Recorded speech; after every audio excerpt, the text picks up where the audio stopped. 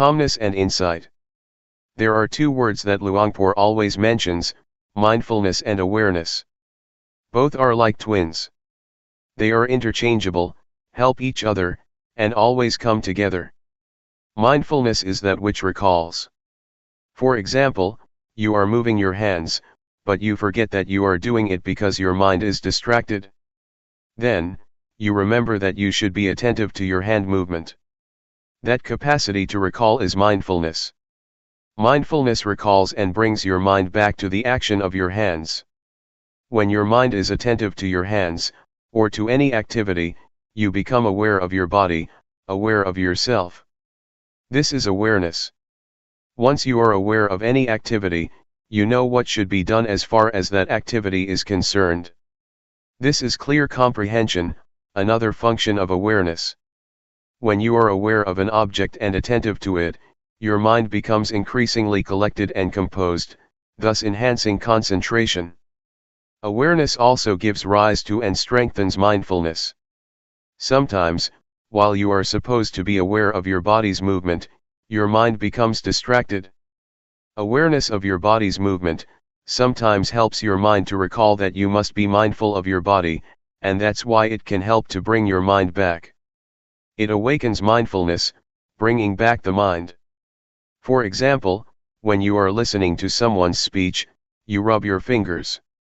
You may be distracted by the environment, by your worries or your concerns about something else. Suddenly, you feel the sensation of your fingers, and the sensation helps you to remember that you should be listening to the talk. So, mindfulness becomes function and brings your mind back to the talk, to be attentive to it. This is how awareness helps mindfulness to function, or take place. Mindfulness, awareness, and concentration are closely related. Mindfulness gives rise to awareness, awareness gives rise to concentration, and vice versa. They help each other, enhancing each other. Don't be confused when Luangpor sometimes mentions mindfulness, and a few moments later he mentions awareness or mindfulness and awareness. They are the same. Technically they are not the same, but in practice they work very closely together. Briefly speaking, mindfulness brings the mind back to the activity or meditation object. Once your mind is with the object, you have awareness, you know and you see clearly. With the functions of mindfulness and awareness as I mentioned, two things will occur. The first is calmness. It arises because you are not distracted by thoughts or by external stimulation. Your mind does not wander around because your mind is attentive to, or tied to, the meditation object. Thoughts may arise in your mind, but they are short and do not disturb you much. You may feel hot, you may feel cold, but it does not give rise to anger or upset you, because mindfulness brings you out of the anger or negative qualities, and back to the object of meditation. But, if you do not have an object of meditation, your mind can easily be caught in the anger, that is the result of unpleasant feelings. So, mindfulness and awareness help you to let go or be free from the discontentment. That is why calmness and relaxation are possible for the one who has mindfulness. The second thing that happens when you have mindfulness is wisdom, or clarity of mind. It happens because mindfulness and awareness keep your mind from liking or disliking, from being up or down, from being content or discontent. They keep your mind stable and without bias. If you have preferences, if you are discriminative and like or dislike, you have bias and you cannot see things clearly as they really are. This will not be the case if you have mindfulness. For example, when anger arises, you will not be caught up in it, you will distance yourself from it and see the anger. You do not reject anger, but just see it. You can see how it exists and how it passes away. But, if you get into the anger, you cannot see, and you cannot know the anger. Just as when you are in this hall, you cannot see what this hall looks like, unless you go outside, only then can you see what the Kuan Yin hall looks like. You have to be outside so that you can see clearly what or where it is. How can you be outside the anger if you do not have mindfulness? Mindfulness helps you to be outside the thought and see it as really is. That is why Luangpor always emphasizes that, you have to see. You should know. You should not be lost in any kind of thoughts, be they good or bad, of pleasure or pain, so that you can see and know. Truth will reveal itself. In short, as I mentioned, there are two kinds of results that will take place, calmness and insight, or wisdom. Yet, you should bear in mind that calmness is not the primary aim of this meditation. The primary aim is insight. If you take calmness as the primary objective, it is easy for you to become lost in calmness, and then you cannot even see what it is. Just recognize that calmness is like this, when it manifests itself, and do not be overjoyed with it. Just see that that's the way it is, and then try to maintain your mind to see, to be clear, keep knowing, keep observing. That's all. This is just to make a brief distinction between mindfulness and awareness, and to highlight their main functions as well as how they work together. Practically, they have more functions than what I have just mentioned. July 10, 1997. The point of balance. As you may be aware, Luangpor tries to suggest that you not watch your mind or watch your body closely. There are some justifications for that. In our daily life we tend to do a few things at the same time. You should allow your mind to be aware of your whole body rather than only a particular part of it. Otherwise, you may make mistakes in your activities. For example, when I began my practice, one day, I finished my lunch and had to throw the leftovers into the waste basket. Since I did not know how to practice properly, I forced my mind to concentrate only on my feet, while I was walking to the waste basket. When I arrived at the basket, I threw the leftovers into the basket, and forgot that not only the leftovers but the fork and spoon were also thrown away. Why? Because I concentrated too much on my feet. I did not allow my mind to be aware of my whole body, to be aware of the act of holding the plate with the leftovers and the fork and spoon. If you force your mind to concentrate only on one part of your body, you limit your awareness to that part and forget the rest. There is another story of a practitioner, who wanted to concentrate on every act of her movement in detail. Before she went to the office she had to get dressed. She concentrated on her act of dressing very consciously and very intensely. When she took the shirt, she concentrated on it. While wearing the shirt, she also concentrated on every movement of the wearing. The same applied to putting on her trousers, her socks, and her shoes. When she went to work, it took more than an hour for her to realize that she forgot to zip her trousers. It's okay if you walk with too much concentration in a walking meditation, it's not much of a problem because you only have one act. Yet in reality, you have many acts at the same time. You walk and you hold something in your hands. When you drive a car, you have to look at the road, and control the steering and the speed with your hands and legs. These require your total awareness. Focusing your mind on only one particular part of your body will cause problems. I have spoken only of the physical aspect or the aspect of the body activities so far. This principle also applies to the mental aspect. If you force your mind to watch your mind closely, you tend to block your thoughts. When there is no thought, you do not learn how to let go of it. You should allow thoughts to arise, so that you learn how to let go of the thoughts or emotions. If you block your mind, the thoughts cannot arise, and then you do not know how to let go of them when they do arise. It is important for you to keep your mind in balance, to not watch or concentrate too closely, nor to let it loose to all distractions. This will enable your mind to be aware of the mind, to be aware of the body, not only of your hands, but the whole of your body and also its surroundings. This is what we should do when we cross the road, especially the road in this country. You have to be aware of the act of walking, and also of the mind. Am I absent-minded? If you are absent-minded while crossing the road, it is very dangerous. You also need to be aware of your surrounding of the car that is coming. So, you have to be aware of three aspects: body, mind, and your surroundings. One can achieve this only if he keeps his mind in the point of balance, neither watching too closely the mind, nor concentrating merely on the body. For the beginners, do not be confused with what I said. Be aware of your body first. Do not pay much attention to the mind or to the thoughts because you have to go step by step. You may be aware of your surrounding at the same time, of the noise or whatever, just be aware with mindfulness. Do not be disturbed by the noise or by visitors that come to talk to you. Just see them as they really are, accept them as that's the way it is. That's all. This is what Luangpor Teean instructed Luangpor Teean 30 years ago. Because Luangpor Teean, at that time, was very good at concentrating his mind on the breath only, and would cut himself off from his surroundings or any kind of thoughts, because he watched closely only the mind. Once, when he was practicing in a closed room with closed windows and a closed door, Luangpor Teean came to interview him. Luangpor Teean did not go into the room but, standing outside the hut, asked, "What are you doing?" Luangpor Teean said, "I am practicing meditation." So Luangpor Teean asked, "Can you see me?" Luangpor Teean replied, "No, I cannot see you." Luangpor Teean then asked, "What does it take for you to see me?"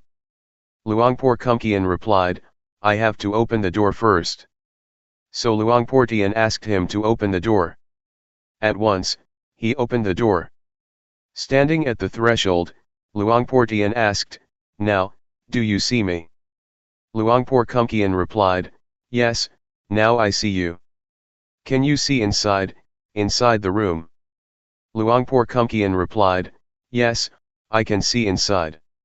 "So, now you see both outside and inside, do you not?" Luangpor Teean said, "Yes, I can see both." Luangpor Teean said, "You should practice like this, do not focus your mind only on the inside. In other words, do not turn inward, but be aware of both the outward and the inward, that is the point of balance." So, Luangpor Teean suggested Luangpor Teean not block his mind or turn his mind inwardly, but allow his mind to be aware of the outside and of the whole of himself. This is how this practice is different from many other methods. Many methods try to block your mind.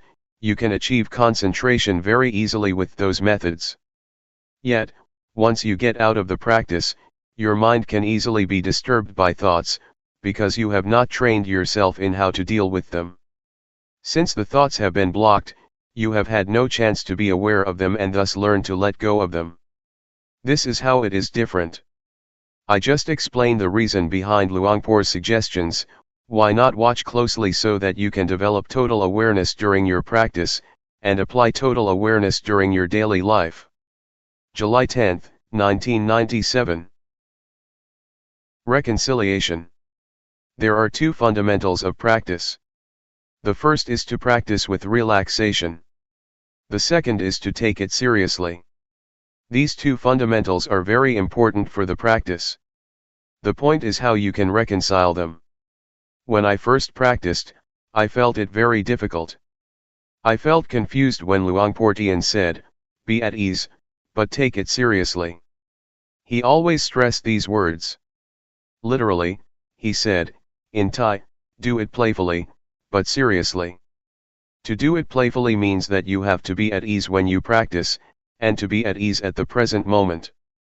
To take it seriously means you have to continue your practice all day, all week, all month, and all year. This is what he meant. To take it seriously means you have to continue it, neither giving it up nor stopping it. I think this is the art of the practice, how to reconcile the two opposing values, the two opposing principles. Both principles are good, but on some level they are contradictory. As you may remember, in the first few days, I talked about the middle way. The middle way is the practice that avoids the two extremes. The two extremes are bad, so we have to avoid them. That is the middle way. Yet, at the same time, there are two principles, two values, that are both good, but in opposition to each other. We have to reconcile them to make them in harmony. These are the arts of the practitioner. 1. You have to avoid the two extremes because both are bad, and 2. You have to harmonize the two values. These two arts are different. Sometimes people are confused, they think the middle way is to mix good and bad, and then divide it in two. That is not the middle way. The middle way is to avoid the two extremes and, at the same time, reconcile the two values, the two principles. In Buddhism, you will find that this art is very necessary. You have to reconcile faith and wisdom. Those who have too much faith always lack wisdom, those who have wisdom always lack faith, because they always criticize, always doubt, always feel uncertain. So the Buddha taught us to reconcile these two principles, do not miss any of them, but combine them in harmony. The same applies to diligence or earnestness and calmness. If you are too diligent, you tend to lack calmness or concentration, but if you develop too much concentration, you tend to be indolent. Again, you have to combine, or reconcile, concentration and diligence. Now, let us go back to what Luangpor Teean always mentioned, to practice relaxed, but seriously. It means that when you practice you should feel that you are taking a rest. When you walk, it is not much different from a morning walk or evening walk, in the sense that you do not expect much from such a walk. When you have a morning walk you do not expect much from the walk, do you? That is the attitude that we should apply to the practice. When you take something lightly, you do not worry about it, which enables you to feel joy and be relaxed in doing that work. Since you are not worried with the outcome, your mind can easily get into the balance, since you are not worried about the outcome, and also have joy in doing the work, you can do it continually. You are not frightened with the work or become turned off by it. When children play, they can play all day and all night without being tired, because they feel joy and do not expect much from their play. Yet, if you ask them to do their homework, you turn them off because there are a lot of expectations from the teachers, from themselves and from their parents. There are standards against which the outcome has to be compared, and this always frightens, or turns off, people. That's why I asked you not to set any standards, any goals, or have any expectations. Do not set the goal that you will not be distracted in the next 10 minutes. You cannot do that, just be concerned with the present moment. If you are worried about the outcome, your mind is already in the future, the outcome is in the realm of the future. If you are concerned only with the cause, the practice, you are already in the present, the cause is what you have to make, and you can only make it in the present moment. If you can have this approach to the walking meditation, or to any kind of meditation, you will find that this approach or attitude is very helpful to your daily life.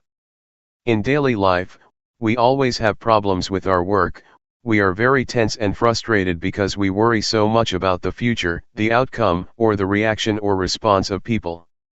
Sometimes we are worried because we want ourselves to reach a goal as soon as possible. When we drive a car, we may feel unhappy because we want our car to reach the destination as early as possible. If you have such thoughts, you cannot drive the car relaxed or with happiness, especially when you are late. You feel upset and frustrated. The desire to reach the destination as soon as possible becomes like a fire that burns your mind. Remind yourself to pay attention to the present moment. It does not help at all if I am worried about being late, because it does not make me reach the destination faster or sooner than if I am not worried. The worry itself does not help, it does not change the situation. What you should be concerned about is trying to driving the car properly and as best as you can, because this is the only way that you can arrive at the destination without delay. So in real life you have to be at the present moment, and not allow the mind to be occupied by expectations or by the future. The attitude that causes suffering to a lot of people, especially people of today, is the expectation of getting the result or reaching the destination as soon as possible. When I write a book, if I think that it will take one more year or one more month to finish the job, I feel worried, because it's still a long time and I am tired already. Yet, if I bring my mind back to the work that I am doing at the moment, I feel less worried, and concentration takes place easily, because being at the present moment brings you calmness and concentration, and can enable you to continue your work without much problem. I think we have to learn how to do work without pushing or driving us at the same time. Just do whatever has to be done. If you do it continually, it is certain that work will produce results. My friend, a Zen monk, spoke about his master. Some of you may have heard of him, Shunryu Suzuki. Shunryu Suzuki is the author of Zen Mind, Beginner's Mind. He has a center in San Francisco. When he started the temple in San Francisco 30 years ago, he had to do everything with his own hands. One of his big jobs was to prepare the garden. A Zen garden is composed of rocks, a lot of big rocks. Shunryu Suzuki is not a big person. He is just like Luangpor, but thinner. All day, he had to carry the heavy rocks to his garden and arrange them. His young Western disciple wanted to help, but after a few hours, he was tired. "Oh, I can no longer do this." He asked Suzuki, his master, "How could you do this all day?" Suzuki said, "I take a rest all day." When he lifted the rock, he just lifted it without much expectation that he had to carry 20 or 30 rocks a day. He did not set a goal, but just lifted the rock without judgment or expectation.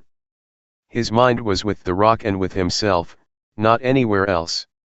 He felt relaxed, which is why he said that he rested all day and could continue.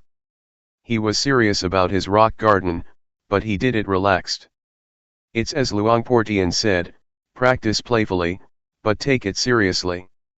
To be at ease enables you to work longer than when you take it seriously.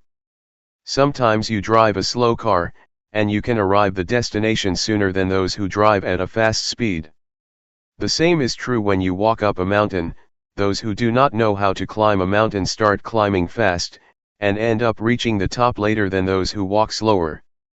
The meditation master or the hill tribe people just walk slowly, relaxed all the time, relaxed every step, and they reach the top before those who are serious or walk hastily. The practice is the same. Just walk, as you walk, simply walk, and take a rest every step.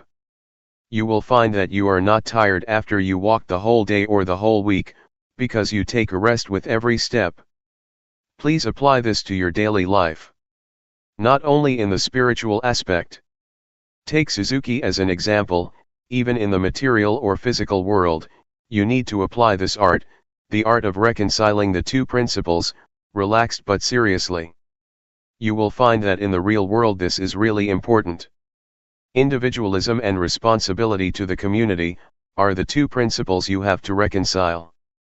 In this country, they stress only individualism, and you have a lot of crime, a lot of drug addiction, etc., because people have lost the sense of communal responsibility. Individualism and responsibility to the community are both important. Right and duty are two opposite values that you should reconcile. The pursuit of happiness and virtues are both values. You cannot discard either of them. If you pursue happiness while ignoring virtues, you create problems for other people. If you are attached too much to virtues, you have no happiness because you are always afraid that you will offend other people, and you make yourself tense. Freedom and order are another example. Freedom is good, but order is good too. Yet, if you stress freedom, no order can take place. If you are too much concerned with order or discipline, freedom might be affected. So you have to reconcile these opposing values. This can be done if you learn this art from the practice. I myself have learned a lot from the practice. Because this art is very crucial for the practice, if you cannot learn it, it will be very difficult to achieve the practice. Please take this practice as a way to train your mind to have a skillful approach to your life, not only to meditation but to your whole life, to your family, to your work, and also to society as a whole. This is what I would like to offer this morning. July 11, 1997. Dealing with expectations.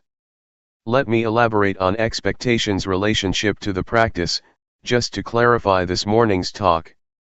When I said that we should not have expectations during the practice, I did not mean that we should suppress or try to stop our expectation. This cannot be done because we come here with expectation, and expectation is inherent in our practice. I just want to say that despite our expectations, we should not allow them to bother us during our practice, let ourselves be preoccupied with them, or let them drive our practice. Just realize that, okay, the expectations are there, but there is no more than that. It should be noted that the progress of spiritual practice is most developed when expectations are at their lowest, or we have none at all. For example, after Buddha's death, Ananda tried hard to develop his practice to the level of Arahant, the last level of enlightenment. He had only one day left to finish his practice, before the first council was going to start. This was crucial because he was supposed to attend the council, but only the Arahant could attend. There were already 499 Arahants. The council was waiting for him, but he had to meet the requirement of being an Arahant. He had not yet achieved it, and there were only about 20 hours left. So he tried a lot that whole day, but he still could not achieve the final stage of enlightenment. Finally, at night, he was tired and decided to take a rest by a tree. The moment he leaned against tree trunk, at the moment when he felt that he wanted to relax, enlightenment took place. At that moment, his expectation was very low, either because he felt hopeless or because he just wanted to relax. I think the experiences of other enlightened beings are just the same. They get enlightenment or receive intuitive insight, when their minds are relaxed and in harmony with the present moment. Some of Luangpor Teean's disciples got insight while they were harvesting the crops, obviously with mindfulness. This law of enlightenment, or law of intuitive insight, also applies to the world of scientists and the world of daily life. You may have heard of the story about Eureka and Archimedes. He tried to find the law of density and he could not find it, until the moment he got himself into the bathtub. At that moment, he felt relaxed. After working all day, he just wanted to take a good bath. The moment he submerged himself in the bathtub, he realized the law of displacement, which is crucial for the calculation of the density of objects. If you want to know the density of this chair, you put it into water, calculate the volume of the water that overflows, or is displaced, the weight of the water and the weight of this chair, and then you know the density of the chair. So, the word Eureka, or the intuitive knowledge of Archimedes, arose when he had no expectation. The same applies to Newton. He found the law of gravity when he was going to relax under the apple tree. An apple fell. He realized the law of gravity. At that time, he had just put aside his research, so his expectations were very low at that moment. You see how intuitive knowledge works. It works when expectations are very low, and especially when you are very mindful in that present moment. So, the point is how you can practice without the drive of expectation, the drive of desire. This is a problem because we are usually driven by desire or expectation. In Buddhism there are two kinds of motivation. The first is desire to get or desire to achieve. The second is zeal, you want to do, or you want to practice. There is a difference between the two. Desire is closely related to craving, and zeal is closely related to wisdom. With zeal, you realize that it is good, so you want to do it. Zeal is the desire to do, not the desire to get, not the desire to achieve but the desire to do. Buddhism does not say that you should not want. Yes, you should have wants. You should have the want to do, but not the desire to achieve or the desire to get. So, please learn to use zeal as the motivation for your practice. You see with your wisdom that meditation practice is good. It is not to satisfy your ego that you do it, but because it is good for yourself and for others. Then, you start practicing. Yet, for a lot of people, it is difficult to develop zeal, because desire always dominates their minds. That is okay. We have to accept the way it is. We have to accept that we have desires and expectations.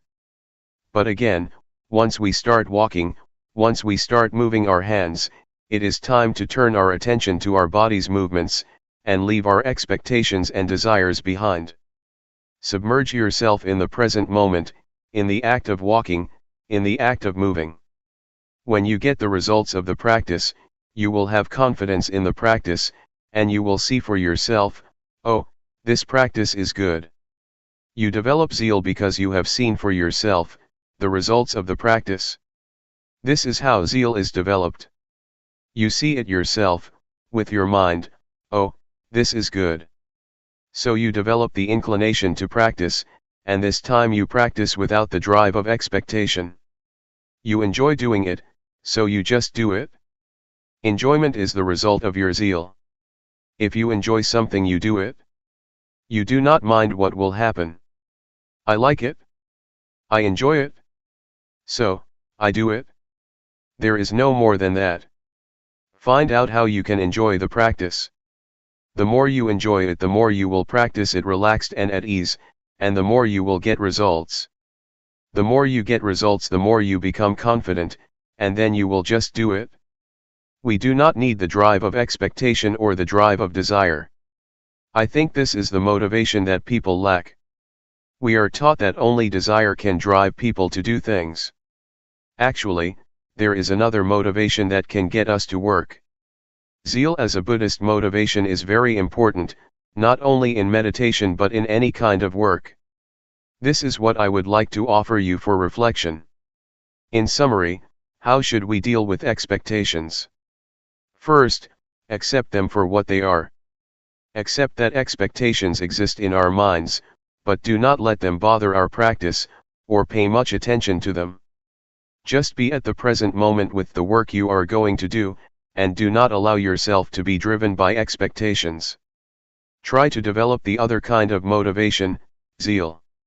With the right motivation, you will find that results arise not in the future, but at the present moment. Normally, people just wait for the future, wait for the results to come. If you have a positive approach, a positive mind, you will see results, and the outcome always comes at the present moment.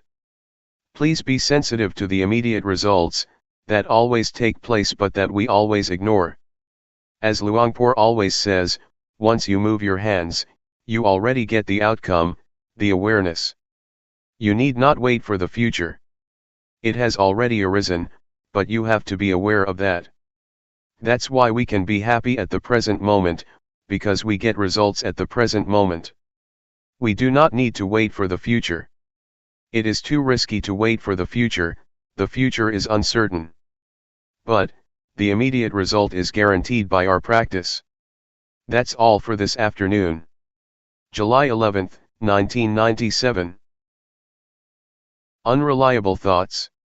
I am sure that you all have a lot of experience with thoughts and emotions. Some of you may be able to see the thoughts themselves. You may realize that these thoughts, emotions, and feelings are quite unstable, which is why they are uncontrollable and unreliable. But, despite their instability, thoughts and emotions have a lot of power to tempt us, because they need our attention to sustain themselves. Without our attention, thoughts and emotions just fade away. They need your attention, it is the only requirement for their survival. You know, it is as if thought has a life of its own, despite its instability. It is like a virus that tries to manipulate your cells, drawing support from you. If you are not aware of such nature of thoughts and emotions, you can be easily tempted by them, deceived by them. They try to lure you, saying, "Hey, I am you." My thoughts call me, saying, "I am Paisan, I am yours, so you should take care of me." Sometimes I am tempted to take them to be my belongings, because they are very smart thoughts, very intelligent thoughts. I would like to grasp them, but you have to be careful, not to rush and grab them. Do not believe them so quickly because they are unreliable, especially the unintentional ones. We cannot even believe the good thoughts, for they can play tricks on us too, if we are not mindful enough. There is a story about a person who enjoyed drinking, and tried to give it up but failed. Every time he passed the bar on his way home, he could not resist his desire, the temptation, to go inside and have a drink. He tried to resist many times but failed.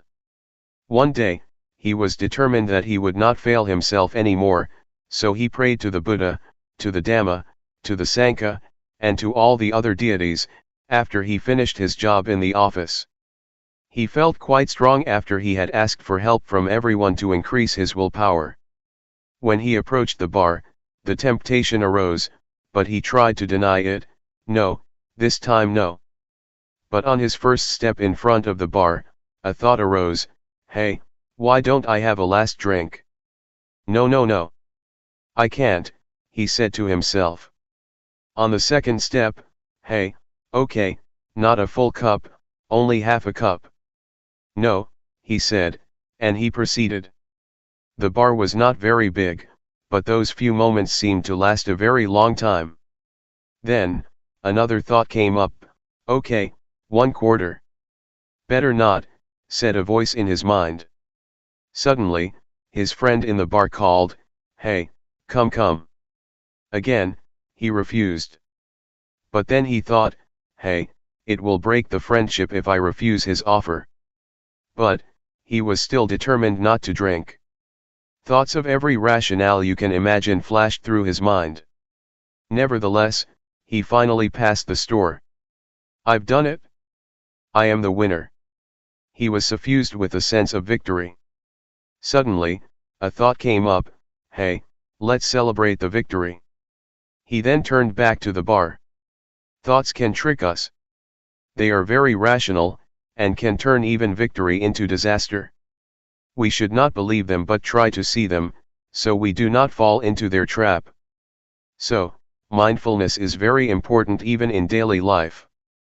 Every year many old women would come to see Ajahn Chah, a big master in northeastern Thailand, and ask his permission for them to stay at the temple, because they had quarreled with their husbands. Everybody would say, I will stay here for life. I will not go back to my house anymore. I am fed up with him. No more. I am disenchanted with the household life. Please allow me to stay and practice with you. A few days later, the husbands would come, visit them, and ask them to go home. The women who had been determined to stay in the temple for life, would change their minds after a small chat and decide to go home. Even strong, powerful, and quite determined thoughts can disappear, or wear out, after a few days passed. You may have noticed that you have a lot of good thoughts or ideas during the practice. I want to do this, I want to do that, after I go home I will do this, I will do that. But if you do not jump into that thought or idea, and just see it and ignore it, after a few hours or a few days, you will find that that thought becomes weak and is not as interesting anymore. When you have a beautiful or great idea, you need to remind yourself, it is not sure. This is the third mantra I will give you. Do you remember the first two mantras? Never mind and, that's the way it is. Now, the third one, it is not sure, or is that so? If you reach some conclusion about someone, like, this guy is very bad, this guy is unfaithful to me, this guy is deceiving me, or this guy is very good, he is very generous, you should say the mantra to yourself, is that so, or that is not sure. If it is a real thought, a real judgment and the right conclusion, it will last. Otherwise, it will waver and weaken. So try to see thoughts as they really are, unstable, uncontrollable, and unreliable. Unless they are born out of wisdom or mindfulness, they are completely unreliable. This is just the first step of insight into the nature of thoughts. During the practice, you may reach this understanding, and later you will see the deeper characteristics of thoughts and emotions. Luangpor repeats many times, they are impermanent. They are unsatisfactory. They are not self. Even happiness, pleasant feelings, or the bliss from meditation, are ultimately unsatisfactory. After you have been absorbed by joy for a while, you will feel that it is not enough. You want more. If you attain the first absorption, in the first few days, you feel very happy. Later, you find that you want more. You want the second absorption. You want more and more, because your level of happiness has increased. You need more happiness to satisfy your new higher standards and expectations. It will never end. But if you are mindful enough, and do not fall into the trap of happiness or pleasant feelings, you will feel content. You will have contentment. You will know what self-contentment, modesty, and moderation mean. Moderation is possible only for those who have mindfulness. Otherwise, you just need more, and it will never end. This is about unsatisfactory. The last characteristic is selflessness or no self, which is very important. You may be able to understand this, when you see that the thoughts you have are not really yours. If you are mindful enough, you will see that this is not my thought, this is not my emotion. But without mindfulness, you tend to grasp it, taking it as your own. We are likely to take it to be me, to be mine. This is mine, this belongs to myself. This thought is my thought. If you disagree with my thought, you disagree with me. You take it personally. A lot of problems arise because of such disputes. When your friend disagrees with an idea which you take to be yours, to be yourself, you tend to be angry. Since you feel that he or she is questioning you. But, if you take this idea as just an idea presented by you without attachment to it, it does not matter at all if your friend disagrees with your idea. With your practice, you keep being aware of the thought, you see it come and go, arise and cease, occur and pass away. If you try to grasp or maintain beautiful feelings or pleasant emotions, they will resist your attempt. You will realize that they are uncontrollable and not yours. They cannot be yours. If you have this insight, you will understand why we cannot and should not believe our thoughts, because they just come and go, they have no self. This is what Luangpor tries to instruct you, but you do not need to rush or try to have such insight. If you repeatedly take notice of your thoughts, if you know them and are aware of them, the insight will come by itself. The nature or the characteristic of thoughts and emotions, or all mental states, will be apparent to you. That's why Luangpor says, the truth will reveal itself. Our job is to obtain or sustain awareness. So just stay aware and the process will lead you to the truth. That's all for this morning. July 12, 1997. Meditators for Friends. According to the Buddha, there are 4 very good friends who help each other and also are very helpful to us: mindfulness, sati, awareness, sampajanya, concentration, samadhi, and wisdom, panya. If you are skillful, you can use these 4 friends, or these 4 virtues, to handle a disturbed mind or distracted thoughts.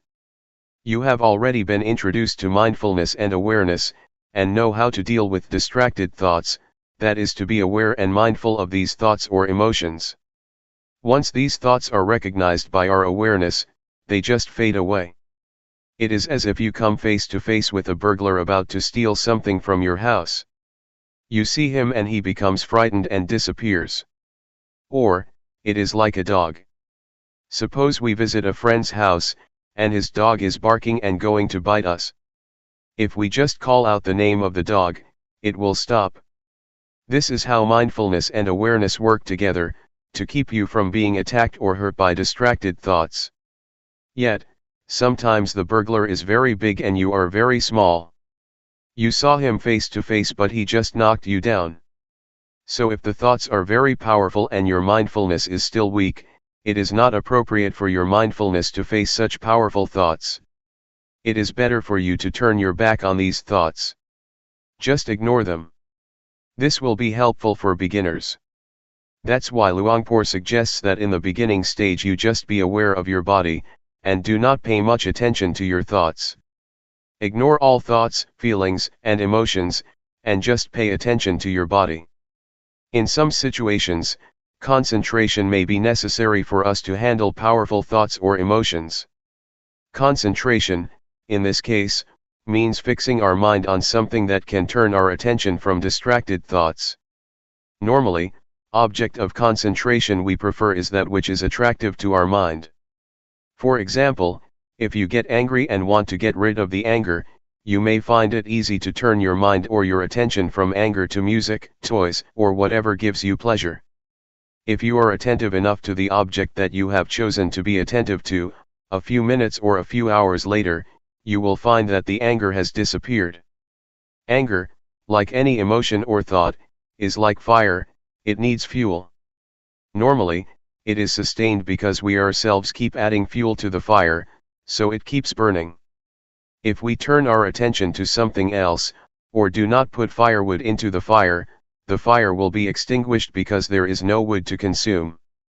Yet, in reality, we cannot depend on music or something external to us all the time, because anger can take place anytime, in the subway, or during a conversation. So we need to depend on ourselves, by choosing those we already have as objects for concentration. That is why the Master suggests you use the breath or your body's movement as the object of meditation. When you feel disturbed by thoughts or emotions, you should just turn your mind back to the breath or your body's movement. Gradually, the thoughts or disturbing emotions just disappear. In the beginning, the breath or your body's movement is not powerful enough to attract your mind. It is less attractive than music, sports, etc. Yet, if you practice enough, your mind will become familiar with the breath or your body's movement, and it can be in harmony or as one with them easily. The fourth friend is wisdom. This has a lot of meaning. When you become distracted by your thoughts and do not know how to deal with them, you may try to bargain with them. You may say to yourself, "Okay, I will talk with you later," or "I will think this thought later, but not now." You negotiate with them. To bargain with the thoughts, saying, "After this retreat I will recall you again, but not now," is a technique you can use to reduce the thoughts. Normally, only the advanced practitioner can use wisdom to handle the thoughts, because it is a method that requires one to come face to face with one's thoughts and emotions. If your mindfulness is not powerful enough, your thoughts or emotions will just trap you, or trick you, persuading you to fall into them. In Thailand, masters have a practice of going into the forest alone. We call it tudong. It means to live as an ascetic in the forest or in the cemetery. A lot of things may happen: fear, the beast, tigers, or elephants can attack the practitioner. Many masters find that the fear or threat from the wild animals is good instrument, good condition, or great situation, to pressure them to develop concentration, because if they turn their attention from the breath to the beast, they will be overwhelmed by fear. Because they are really afraid of the beast, their minds turn inward, developing concentration a lot. So masters use the threatening situation to force their minds to look inwards. This is a skillful and unusual way of developing concentration and mindfulness. One master, Ajahn Chah, tried to look into the fear to investigate it. When the powerful fear arose, he investigated the fear and asked himself, "What are you afraid of?" A voice replied, "I am afraid of death." Then he asked himself, "If you don't die today, won't you still die tomorrow?" "Everybody has to die, today or tomorrow," he replied. So, he asked again, "Why should I be afraid? Everybody has to die." This enabled him to face death at that moment with peacefulness. Some masters in that situation just keep asking, "What am I afraid of?" "I am afraid of the tiger." "Which part of the tiger are you afraid of, the tail, the ears, the eyes, the legs, or the claws?" "No, I am not afraid of the tail, nor the ears, nor the eyes, nor the legs, nor the claws." "So, what are you afraid of?" "I don't know." With such penetration by wisdom, fearful emotions just pass away. They do not use rationalization, but an analytical mind to divide the tiger parts, and they do not feel fearful. But as Luangpor says, if you have insights into body and mind, into the nature of body and mind, into the temporary state of body and mind, such insights will enable you to go through all problems, distraction, and negative emotions very easily.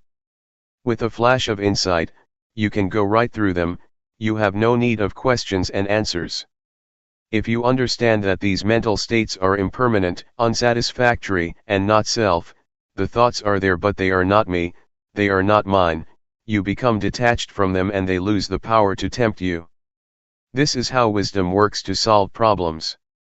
This is just a summary of how to use the different means of dealing with the enemies of the mind. We are like warriors, we need to know many kinds of weapons to deal with our enemies. If you only know one weapon, it is not enough to handle different kinds of problems. In fact, a sense of humor can help you too. If you take any given thought too seriously, you will get into trouble, but if you make fun of it or have a sense of humor, you feel more light-hearted. You can laugh at it, as Luangpor always says, laugh at your thoughts and tell yourself not to be crazy with them. That is also helpful. For example, when you are disturbed by the noise of building construction, visualize the face of the man who is doing the job. Oh, what a poor man! We will have no hostility toward him, but rather pity him. Please learn how to use various techniques, or virtues, for your own benefit, for your own spiritual practice. Nevertheless, I am not much worried about the problems that we face, because when we have problems, we tend to be careful. It is when we are happy that we tend to be careless, and drop our guards like the alcoholic man in the story that I told you earlier. He was very careful when he walked past the bar, which is why a lot of temptations could not persuade him to drink. But when he passed the store, he became proud. Oh, I am the victor. I am the winner. At that moment, he became less careful, and the desire to drink tricked him, convincing him to go back to the bar. Please be careful when you achieve some level of spiritual success, when you have insight, or when you attain the well-developed mindfulness. At that moment, you have to be very careful. There is a story that in China, during a talk like this in a temple, there was an earthquake. All the disciples ran away, but the master stayed still in his place, showing no sign of fear. The next day, after the chanting and the Dhamma talk, there was question and answer session. One student asked, "What is mindfulness?" The master replied, "Mindfulness is the ability to be calm in time of danger. For example, did you see me? When there was an earthquake, I could stay still and drink water without showing any signs of fear. Did you see me tremble? No." One student answered, "You did not drink water. You drank soy sauce." So, please be very careful with pride and conceit. They are very dangerous. Conceit is the last obstacle that only the Arahant can get rid of. Be careful. July 12, 1997. Meditation in action. Meditation enables us to be with ourselves, to see ourselves speaks, sometimes silently, sometimes loudly, sometimes frustratedly, and sometimes happily. You can see how silent or how loud your mind is. We need time to converse with ourselves, to see ourselves, because most of the time our attention is turned to our surroundings, to television, to books, to work, or to our families. We do not have much time to be with ourselves, despite the fact that we should be our best friends. The practice of meditation is the way to make yourself your own best friend, as much as it can be. There is another kind of friend, a bad friend, the friend who seems to agree with us all the time, who spoils us without ever resisting or disagreeing with us. This is not a good friend. A good friend is a friend that keeps reminding you of the proper way of living, who keeps reminding you not to be lost in yourself. Mindfulness works like that. It keeps calling your mind not to be spoiled, not to indulge in your thoughts, be they good thoughts or bad thoughts. Those who have mindfulness will be aware of this. You can observe for yourself how long you have already spoiled your mind. You let it be distracted all the time, you never try to call it back to its proper place. You just follow it, and support it. When your mind gets angry, you follow the anger. When your mind is frustrated, you let it dwell on its frustration. You never recall your mind. Sometimes you may try, but you never have enough strength to call it back. Hey, come back. You are indulging in anger. You are lost in anxiety or suffering. Come back. Now, with mindfulness, you will be able to be a good friend to yourself. You will be able to call your mind back to its proper place, to the present moment, to the present activity. We are not going to spoil our minds anymore. We will be able to turn our attention to the place where it can experience non-suffering, be beyond suffering. You may call it happiness, if you like. But if you have insight, you will know that happiness is also a kind of suffering. Suffering is like the head of the snake, happiness is like the tail of the snake. When you touch the tail of the snake, it does not bite you instantly, but later, the snake will turn around and bite you. That is why we should go beyond happiness and suffering, a state that can be achieved with mindfulness. Now, we are able to be our best friend, a noble friend, Kalyanamitta. Kalyanamitta means noble friend. It is like this with weeds too. Weeds are undesirable in some respects, but if you arrange them properly and skillfully, they can live peacefully with the flowers, and become part of a beautiful garden. Weeds are not useless all the time, in some situations they are very beneficial. They become herbs or decorative plants in the garden. Learn how to arrange the ugliness or the undesirable qualities in your life properly and skillfully, so they can be transformed from harmful to beneficial properties. Anger can be transformed, anxiety can be transformed, jealousy can be transformed, hatred can be transformed, but these transformations are not possible, if you do not know how to come to terms with them.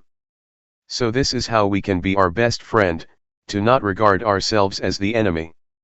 A lot of people hate themselves. They cannot bear themselves because they find a lot of bad things in themselves. That is the kind of relationship that we should avoid, the kind of experience that we should avoid. Use mindfulness or awareness to accept, and use these bad things for both the benefit of your spiritual well-being and your daily life. I would like to encourage you to continue the practice after the retreat, in whatever way you prefer or is suitable to you. As you know, there are two ways of practice, formal and informal. You should combine these two ways of practice. In fact, informal practice is very useful. It is very powerful for us, especially for lay people, but even for monks, because we spend so much time in our lives informally. Just think, in our lifetimes, we spend about 7 years altogether in the bathroom. Incredible, but it is true, 7 years in our bathroom. If you use 7 years for the whole practice, that is wonderful. A retreat of 7 days is small compared to the 7 years in the bathroom. You meditate in the bathroom, whatever you do, whether it be brushing your teeth, taking a bath, urinating, or excreting, can be the act or form for mindfulness. You can breathe with mindfulness when you are on the toilet, or just rub your fingers. You can improve greatly if you are mindful in the bathroom. Do not belittle it. In fact, the time spent in the bathroom is only a small portion of our lives. We spend much more time on the street or in the office. Please integrate mindfulness into your daily life. Take every opportunity for mindfulness, even try to choose something as a sign to recall your mind back, for example, the traffic light when you cross the road. Most people prefer the green light and do not like the red one, right? When we face a red light, we are disturbed. We want to go through, we do not want to stop at the crossing. Please regard the red light as the sign to stop your distracted thoughts, or to call your mind back to the breath, or to your hands that are holding the steering wheel. Just rub your fingers or follow your breath mindfully with awareness during the red light. When you hear the telephone ring, do not rush to it suddenly. Wait for a while. For people in primitive countries, for people in villages, it is quite strange that we are so stimulated or sensitive to telephone rings, we just go instinctively. Why are you so reactive to that? You should be mindful of yourself. You should know when to walk to the telephone gracefully. So, let it ring for a few times, then just walk calmly to it, or use it as a sign to call your mind back first. Do not react to it suddenly or hastily. So you can choose many events in the chaos of your daily life as instruments for your mindfulness, be they noises, sights, odors, or sounds. This is how we apply informal practice to our daily life.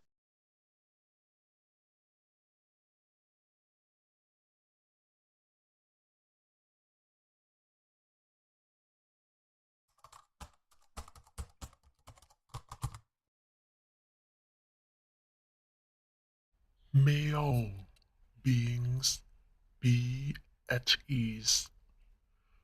Whatever living beings there may be,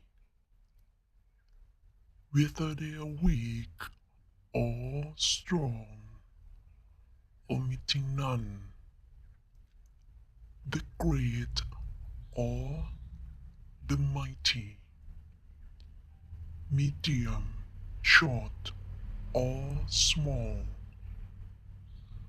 the seen and the unseen, those living near and far away, those born and to be born. May all beings be at ease.